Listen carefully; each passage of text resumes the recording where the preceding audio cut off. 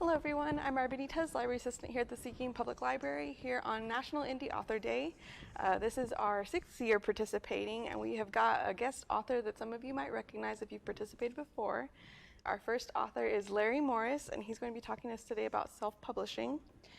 Now, after a 45-year career in the computer and software industry, Larry needed something else to challenge him in retirement. He started writing science fiction in 2011 and has since published 12 books and 2 short stories. His books cover a wide range of topics, including our first exploration of space and the Push to the Stars series, Multi-Universe and Pathway to Anyverse, The Origin of Our Species and Close to Home, and Space Adventure Salvage, Multidimension in New Territory, and many others. 4 of his books and both short stories have won major awards from the Texas Authors Association. Larry and his wife Michelle currently live on rural property west of Wimberley, Texas, with 2 big lazy cats. And he's also got a recent publication that is now available on Amazon. So you'll definitely want to check that out. And now I will give the floor to Larry. Thank you.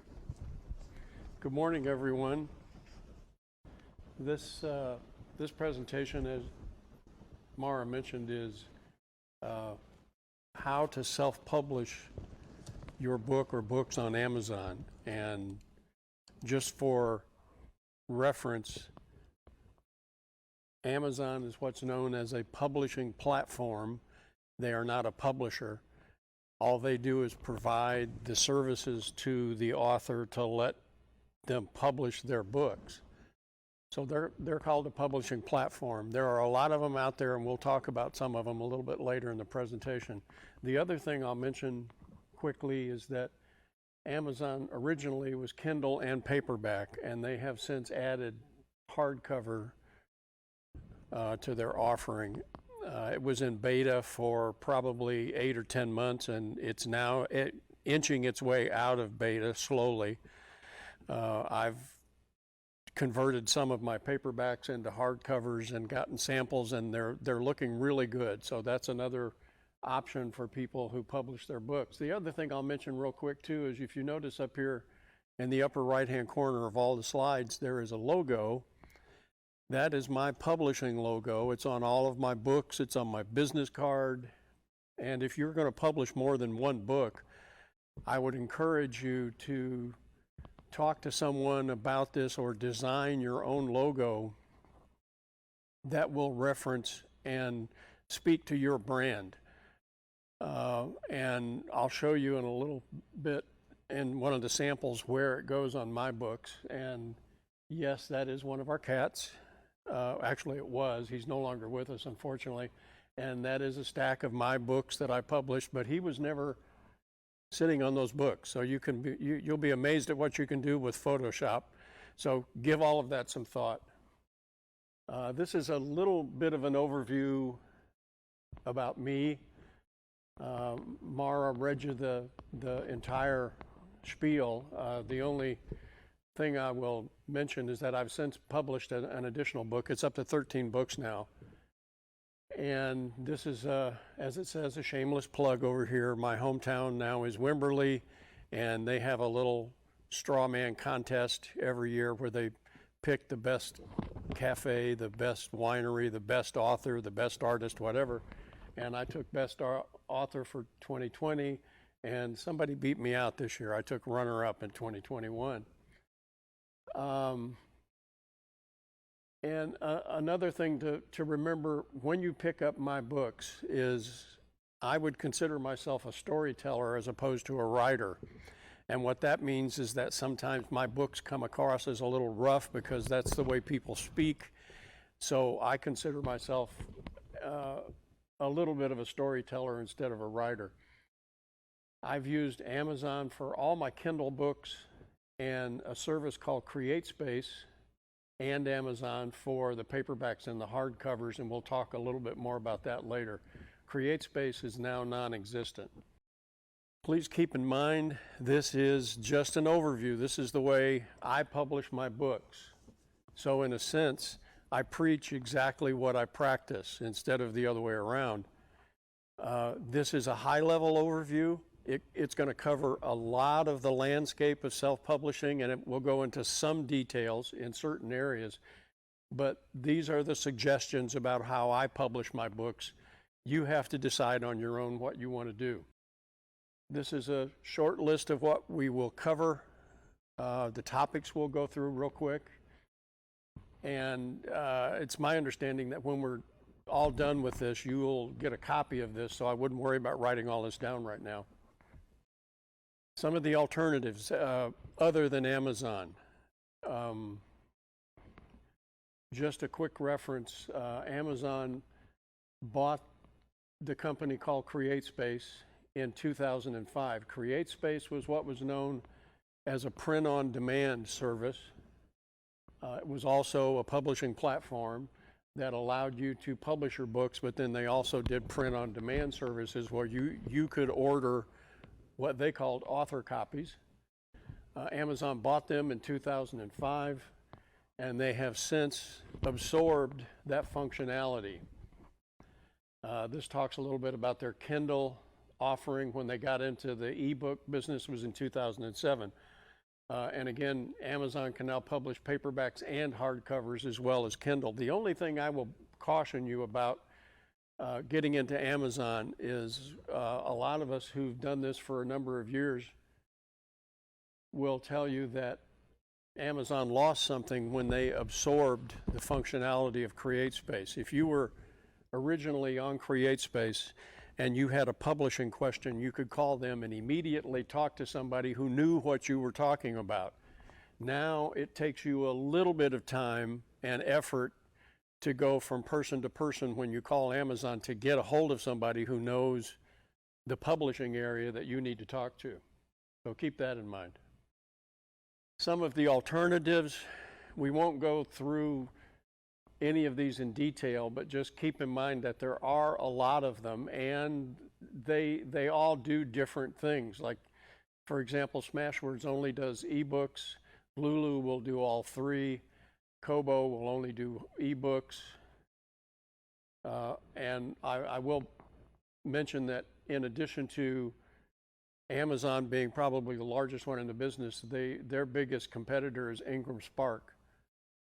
Everybody either goes with Ingram Spark or goes with Amazon, and maybe less than 1% of what's left use a lot of these other services. And here's another list. And there are more, I'm sure. They add 2 or 3 new ones every year. One of the big distinctions with Amazon is that they are almost completely free to publish on Amazon. There are only 2 things that you will ever pay them for. You may pay someone else for other services that we'll get to later, but to actually pay Amazon, Amazon will provide for you an ISBN for free. But keep in mind, Amazon owns that ISBN, so if you want to move that book to another publishing platform, you may have to buy your own ISBN. And the print cost of a printed proof. If this is your first book, your first time publishing, and I talk about this a little bit later, I would suggest that in the beginning you get a printed proof so you can actually hold it in your hands. And they will charge you print cost for that, which is very minimal, that you'll see later. Really explore these alternatives before you make a decision, because some of them are completely cloud-based. That means when you write your manuscript, if you use their services to write it, or if you upload your manuscript, they don't really work on your PC platform. They have their own cloud-based services, and some have a client platform that actually runs on your PC. Some provide cover creation software, and others provide only templates for both the book and the cover. Amazon does not have any code that runs on your PC, and you'll see in a little while how you get onto to Amazon's publishing platform, and they provide templates for both the book and the covers. The biggest thing to keep in mind about who you pick is this last point. A lot of the services that you pick, if you upload your manuscript and you do use their software online to do a cover or whatever, you can't get those final files. They still have them, and that means if you need to publish a second edition, you may have to start from scratch. So be very aware of who you're working with and what happens to those final files. This is not meant to scare you away from publishing your book. This is just to let you know what the competition is. The big takeaway from this screen is that, and this is as of 2021, the best estimates that we can get a hold of, and these are estimates because a lot of these guys will not give you real numbers about how many books they publish or how many they have available online. But there's a new Kindle ebook on Amazon every 17 minutes. It used to be every 5 minutes. About 8 or 10 years ago, it was every 5 minutes. Now it's every 17 minutes. So it's getting less and less frequent, but there's still a heck of a lot of them out there.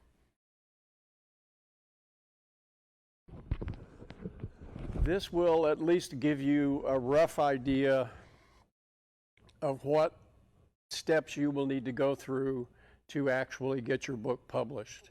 We'll talk about this for just a few minutes before we move on. And a lot of this is, number one, a lot of this is iterative. It will be back and forth through a loop.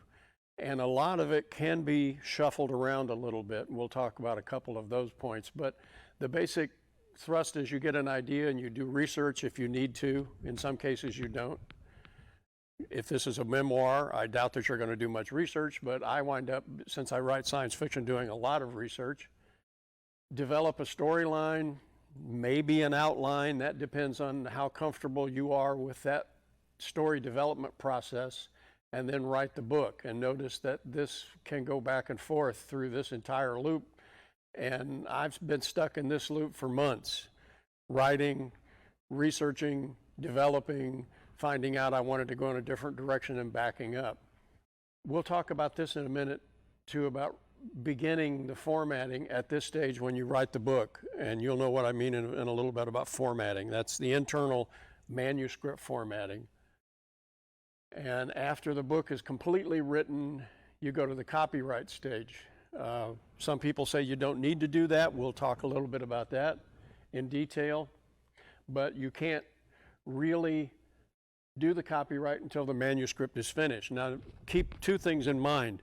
You are copywriting, and by the way, that point should really say registering a copyright, because you're not really doing the copyright. As soon as you put pen to paper in this country, it's automatically copyrighted. All you are doing is registering the fact that you own it, and that's what the copyright process is.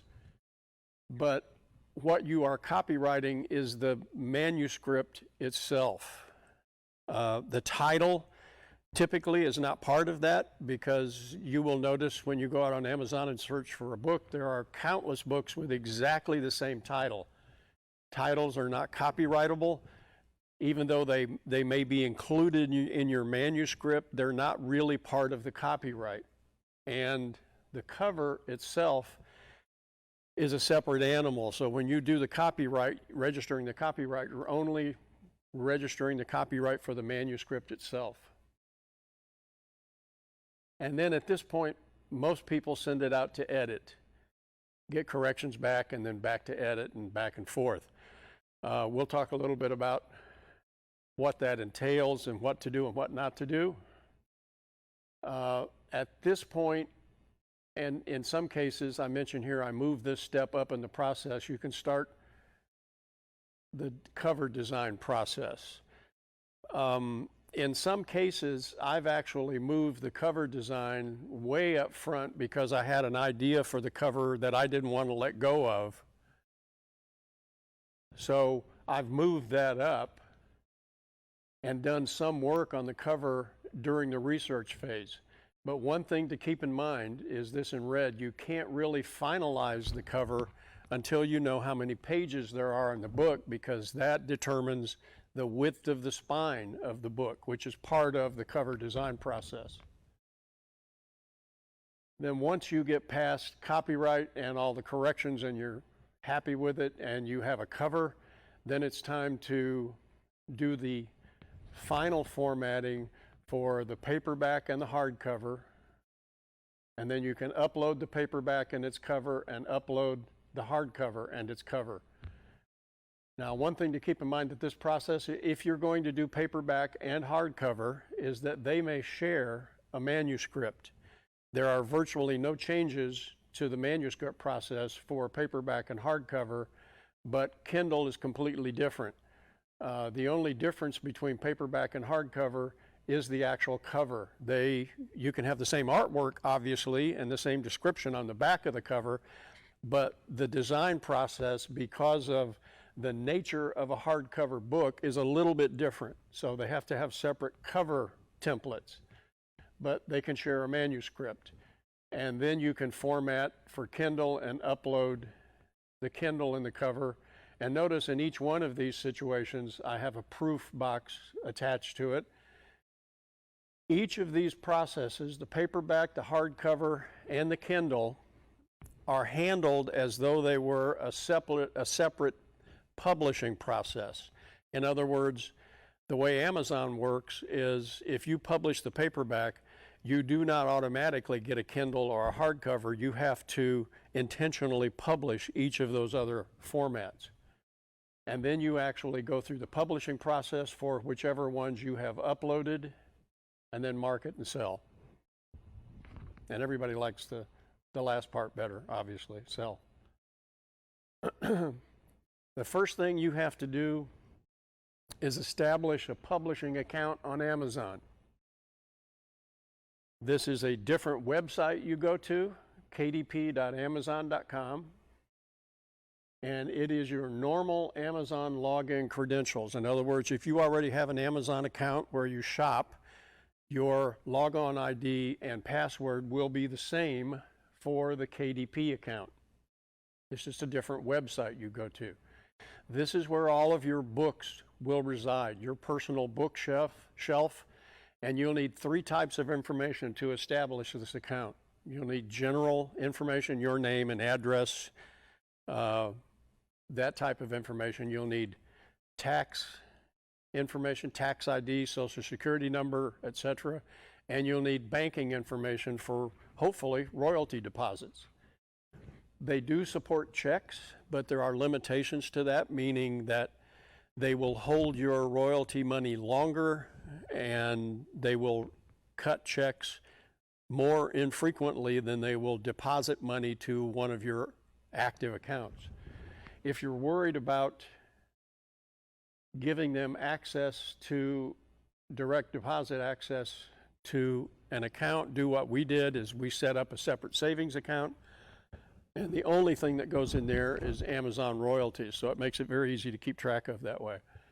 And also keep in mind they pay royalty 2 months behind, so what people are buying of your books today, you'll get paid for in 2 months. This is just a quick shot of the screen where you go to kdp.amazon.com and sign in or sign up if you don't have an Amazon account. If you already have an Amazon account, just sign in on this website. And after it takes you through those setup screens to fill in the name and address and banking information, you'll be presented with your bookshelf, your publishing bookshelf. The thing you will see at the top of the page is Kindle ebook with a plus sign, paperback with a plus sign, and hardcover with a plus sign. This is where you would go to publish your first book, and we'll talk about that in a little while when we get to the actual publishing stage.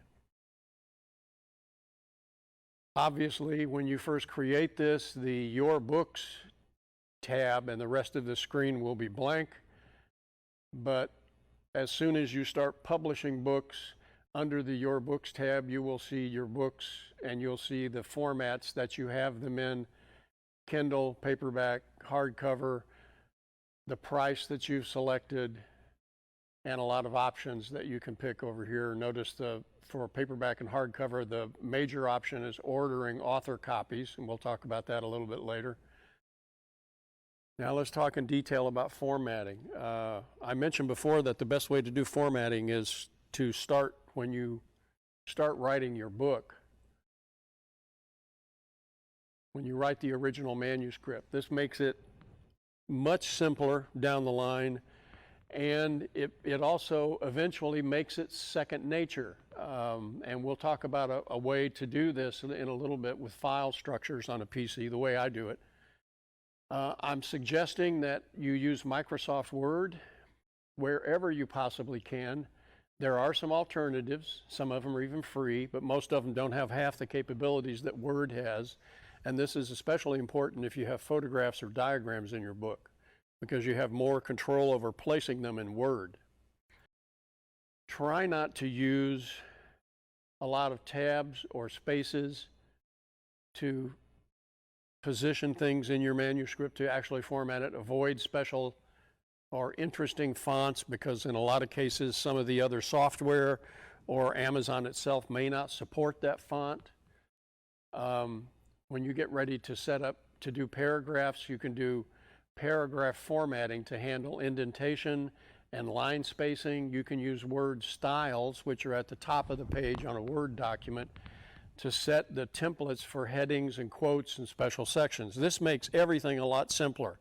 For example, if you use Word's styles section to set up a template for headings, that means every time you type a heading, all you have to do is touch that style button for headings, and it's all automatically formatted the way you wanted. So this makes it especially easy to handle if you use Word's capabilities, and you might wind up taking a tutorial on Word online to make sure you get all the capabilities.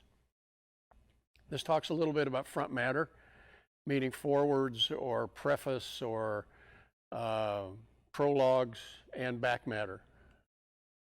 Now those are just the basics for formatting.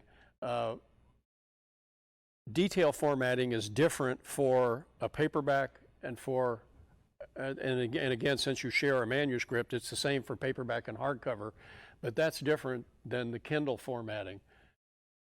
For paperback, the primary word, if you've never heard it, or acronym, that's pronounced WYSIWYG, by the way, and it stands for what you see is what you get, which means if you create a Word document and then download it or create a PDF from that and look at that PDF in two-page view, that will be exactly what the interior of your book looks like. That's where the headings are going to go, the headers and the footers. Wherever you have page numbers, that's exactly the way your book is going to look. So keep that in mind. There are a lot of articles that Amazon provides discussing detail formatting and even templates. A template would be a Word document that you download that has placeholders in it for chapters and headers and footers and page numbers and things like that. For the beginner, it makes it a lot easier.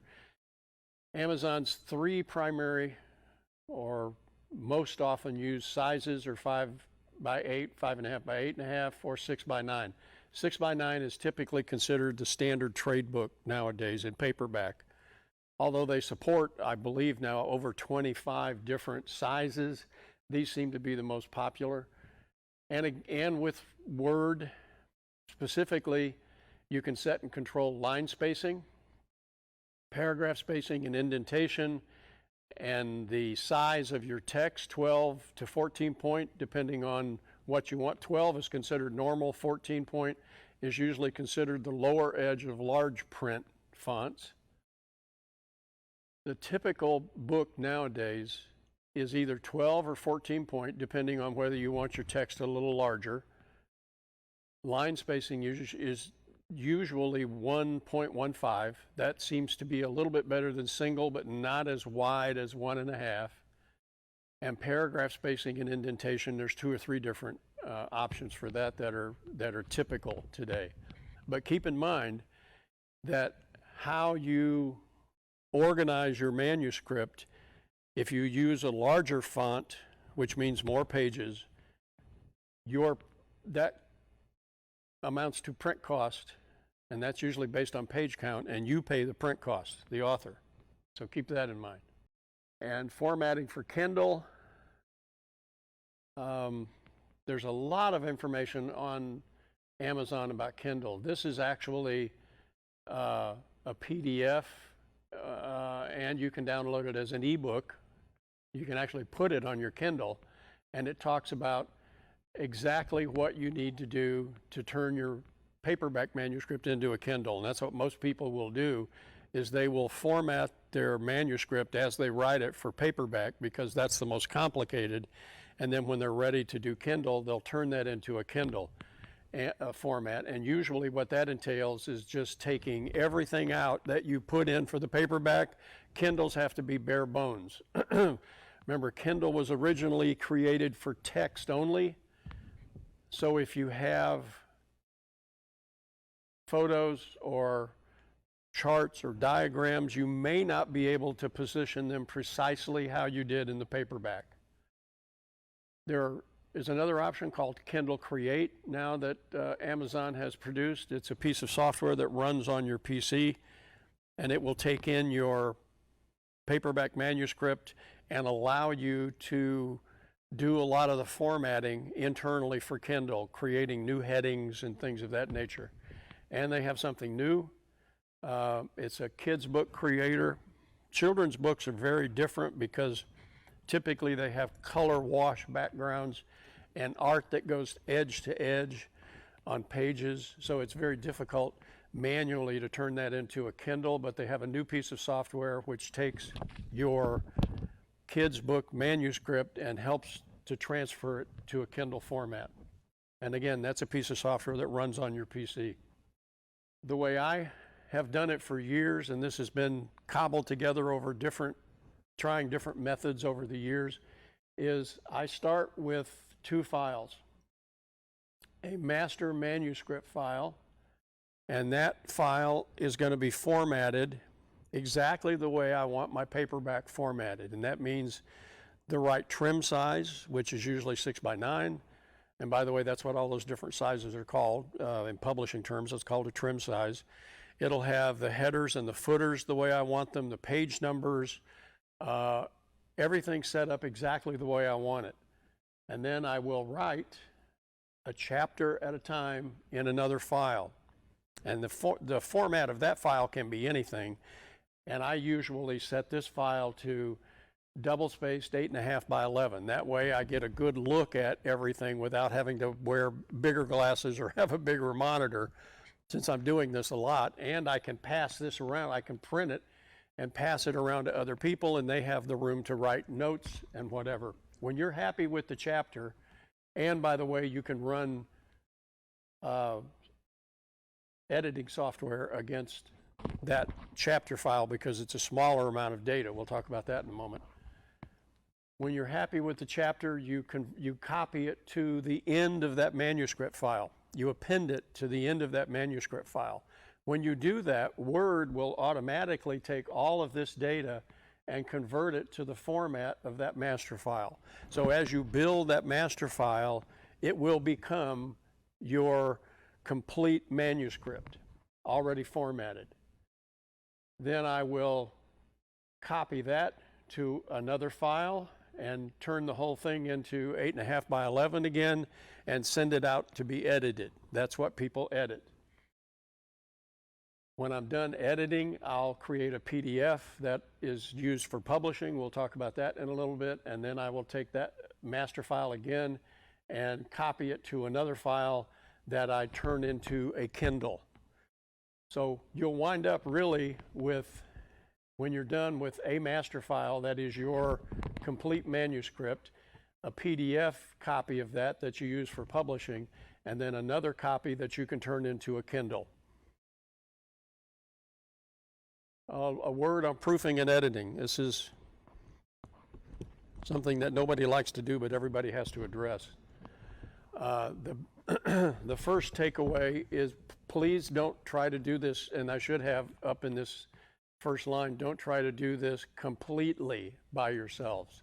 You can obviously do some of it, and you should do some of it, but don't rely only on what you do. The two primary ways that people who write a lot and edit will tell you is if you're going to do it yourself, read it out loud or read it out loud backwards. Because believe it or not, both of those techniques will force you to look at every word in every sentence.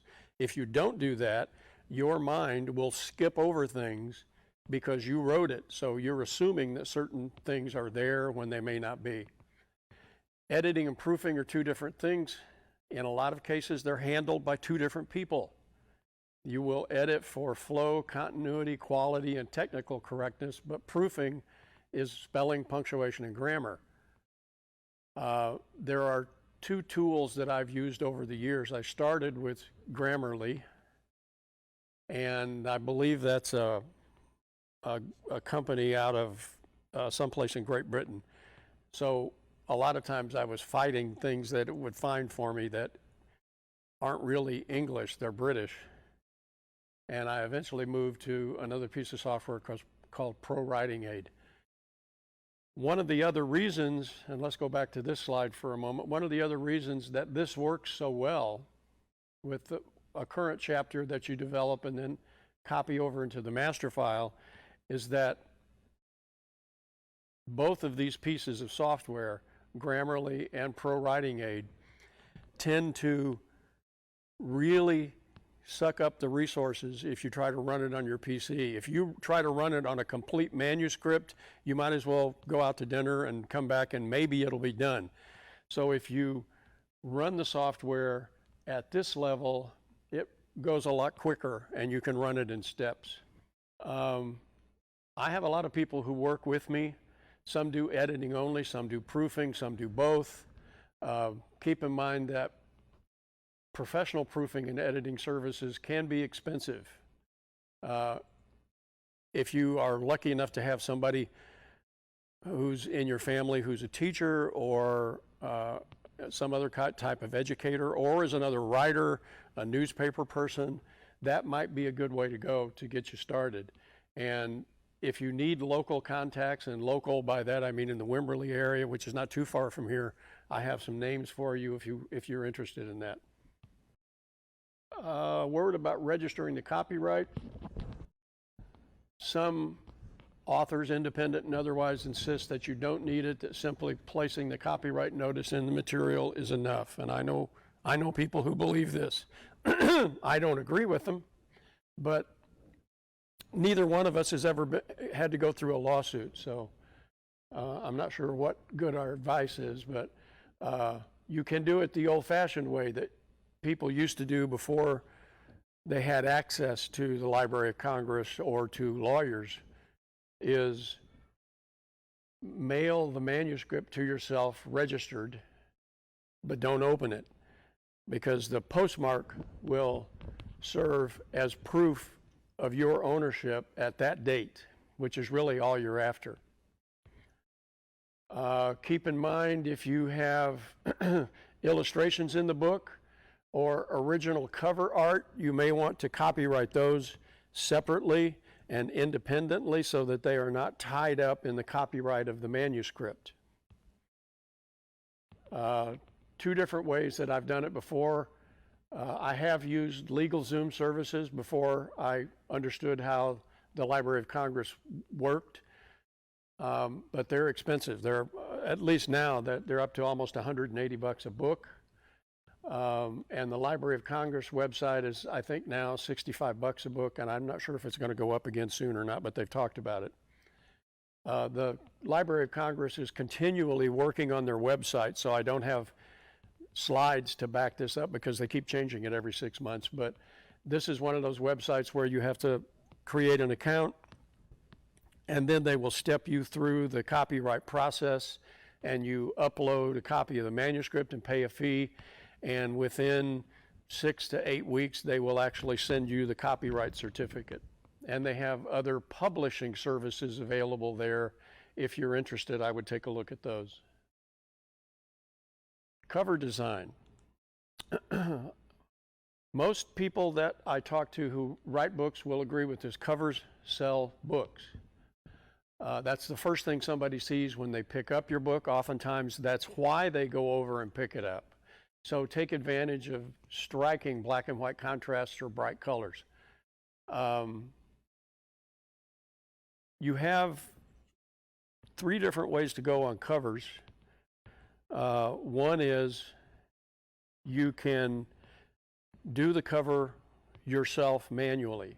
Amazon downloads templates, or you can download a template from Amazon. I'll show you what that looks like in a few slides. And use different pieces of software, which I'll talk about in a moment, to create your own cover. You can hire somebody to create your own cover, or Amazon also has a piece of software they call a cover creator, which we'll talk about in a few minutes. If you're going to do it yourself, or you're going to hire somebody to do it, look at these 4 websites: Dreamstime, Shutterstock, Neostock, and Deposit Photos. That's 4 websites for professional artists and photographers to upload their work and sell it to other people. And it's usually not that expensive. I mentioned you can find most of the time art or photographs that you can use for a cover for not much money. All you have to do is give credit to the person who created the artwork. But just like the formatting that we talked about, covers are handled differently for Kindle and paperbacks. And we'll talk about them individually now. The cover art for a paperback, as I mentioned before, Amazon has something called a cover creator. It allows you to build a cover iteratively for ebook or paperback, and now for hardcover, all 3. They haven't worked on it too much. It's not very full-featured, at least in my opinion. They actually modeled the software, or I think they stole it from, not stole it, but they owned the company from CreateSpace when they bought CreateSpace. That's what CreateSpace used, was something called a cover creator. We'll talk a little bit more about it, but what I would suggest as an alternative or a way to go is start with their cover creator on Amazon. And then slowly you can build to moving your own covers, or to building your own covers if you can't get everything you want. And we'll talk about what I mean by that. Can't get everything you want in a moment. But if you're going to build your own cover, there are several pieces of software that will help. Adobe Photoshop, InDesign, Paint.net, Inkscape, Adobe AI, or GIMP. Some of these are free. Some of them are quite expensive. But the only 2 things to remember is that they have to support complex layering, and they have to be able to save as a PDF. As I mentioned, Amazon will download templates, let you download templates based on the book's page count for paperback or hardcover. And if you download a template, this is what it looks like. It's just a bare bones work area where you design the front cover, the back cover, and the spine of the book. And they even leave you a spot for the barcode that you've seen on the back of books that they're going to insert for you. But you start with that, and you can wind up with a cover that looks like this. That's one of my covers. 2 things that if you use their cover creator, it gets very difficult to do. One of them is little pieces of artwork, clip art like this, that's very difficult, if not impossible, to do in their cover creator. And not many of their formats support the publishing logo that I always have on the lower left-hand corner of the back cover of my books. So you can do, if you use a template and build your own covers, you can do anything you want to, basically, as long as you allow for that spot right there for the barcode to go. Kindle cover art, since Kindle doesn't have a back cover or a spine, all you need for a Kindle is a front cover.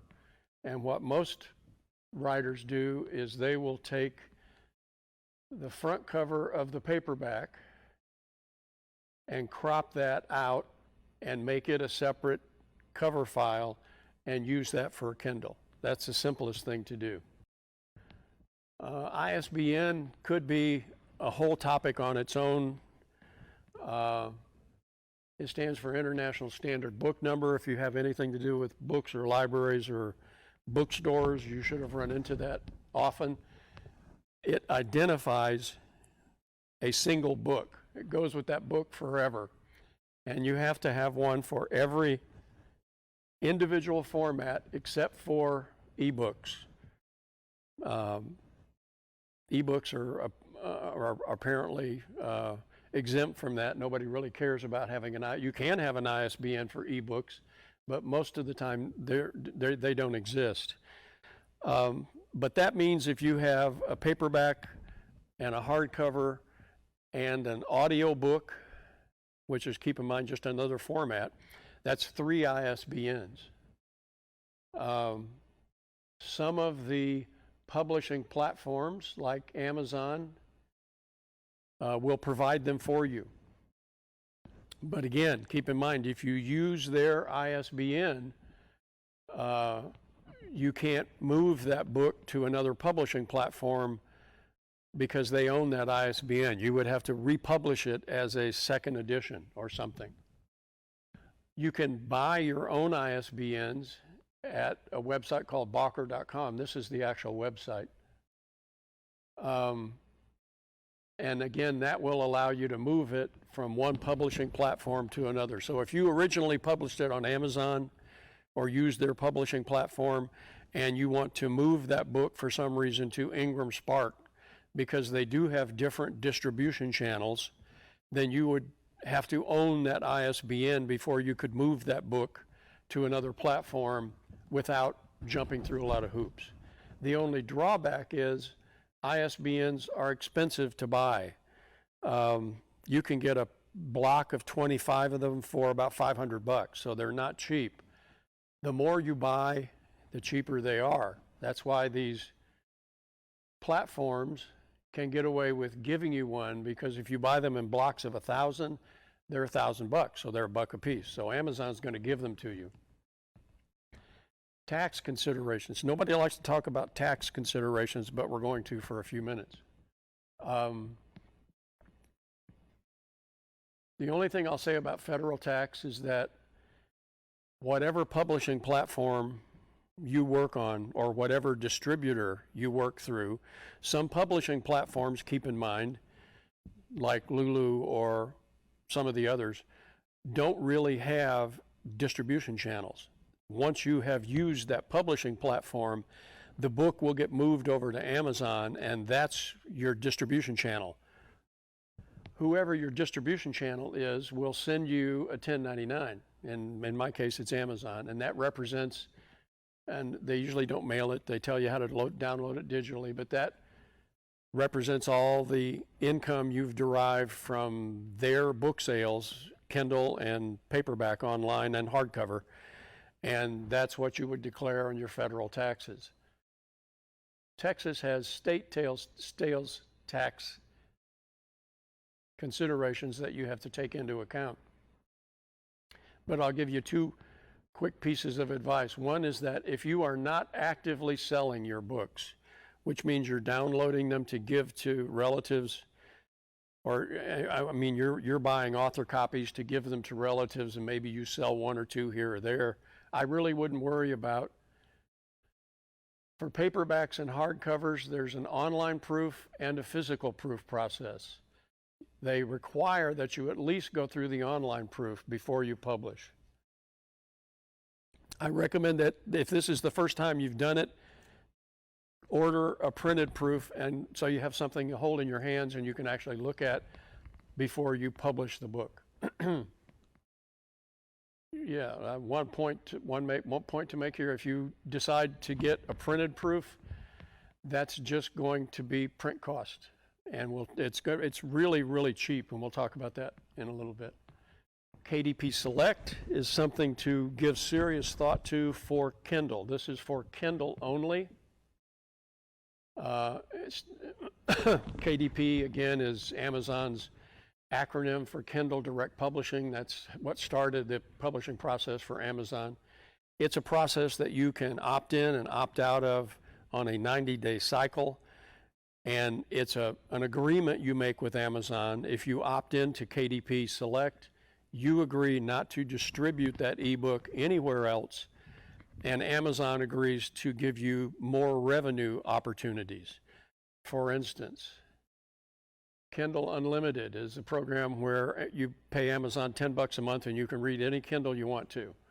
Well, for a while, authors weren't getting paid on that, but then they created KDP Select, and now authors get paid on a per page basis when somebody downloads a book under Kindle Unlimited, which means if they download that book and they read 10 pages and they don't like it, you still get paid for those 10 pages. Now actually publishing the book, this is a quick list. We won't go through this in detail, but this is a list of things you will need before you sit down and are ready to publish. For example, the copyright, make sure that's done. Categories that your book's going to fall into. You need an overview or description of your book, that kind of thing. When you are ready to publish, come back to your bookshelf page, the kdp.amazon.com, and pick the one you want to start with, the Kindle, the paperback, or the hardback. Whichever one you pick, you will be presented with 3 screens or 3 tabs. And these are 3 separate pieces of or categories of information that you'll need, and you will need them for each format, for Kindle, for paperback, and for hardback. The first one is details, often called metadata, contains things like the language, title, subtitle, author name, description, that kind of stuff. And that's carried forward from one format to the next, by the way.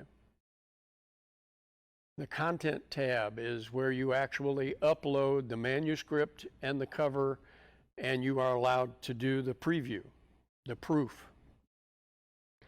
And if it's a paperback or a hardback, this will also provide the print cost for you once you get to this point. And the last tab is where you pick the territories you want this distributed in, the pricing and the royalty scheme. And this is where you would create or request a printed proof if it's a paperback or a hardback. And this also is where the publish button is. Please keep in mind this in red here, there's a whole raft of things that after you've published that you cannot change. They require a second edition of the book. And there are 2 things that you will notice when you look at that list that are not on the list, the manuscript and the cover. That means if you want to change the manuscript, you find other editing errors. You may upload a corrected manuscript and republish under the same ISBN. If you want to change the cover slightly, you can change the cover, re-upload that new cover, and republish under the same ISBN. And then you would go to below, not back up here where it had those, where we started, but go down below to where it says your books and find that book, and then select the next format you want to upload and publish for that book out of this list. You're allowed to order author copies from Amazon, and they only charge you print costs. This just gives you an example for a 2 different books. One's 191 pages, one is 530 pages. These are 2 of my books, by the way. The 191-page book cost me $3.14 every time I buy a copy of it to sell somewhere or to give to someone, and the larger one is $7.21. Hardcover, the 191-page hardcover sample that I had up here for paperback is $7.79 for hardcover. The 2 biggest things that will affect your print cost is black and white or color. If it's color, the print cost is going to be at least 3 times, sometimes 4 times as expensive. And the page count is what affects it, because notice they have a flat rate plus small amount per page. And that's the way all of them work. And notice that hardcover has one major restriction, is that it has to be at least 75 pages for a hardcover book. Sales and marketing, there's a lot of choices. You have social media, traditional advertising, newspapers and magazines and radio. Local radio stations are really good. Amazon has an author page, which I'll show you what it looks like in a moment. Local libraries, like where we are right now, and writers groups, trade groups, book sales and signings. Face-to-face is still the best way to sell your books.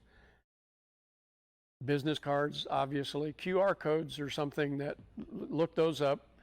They were thought to be non-existent for a while, but now they're actually a driving force in the industry.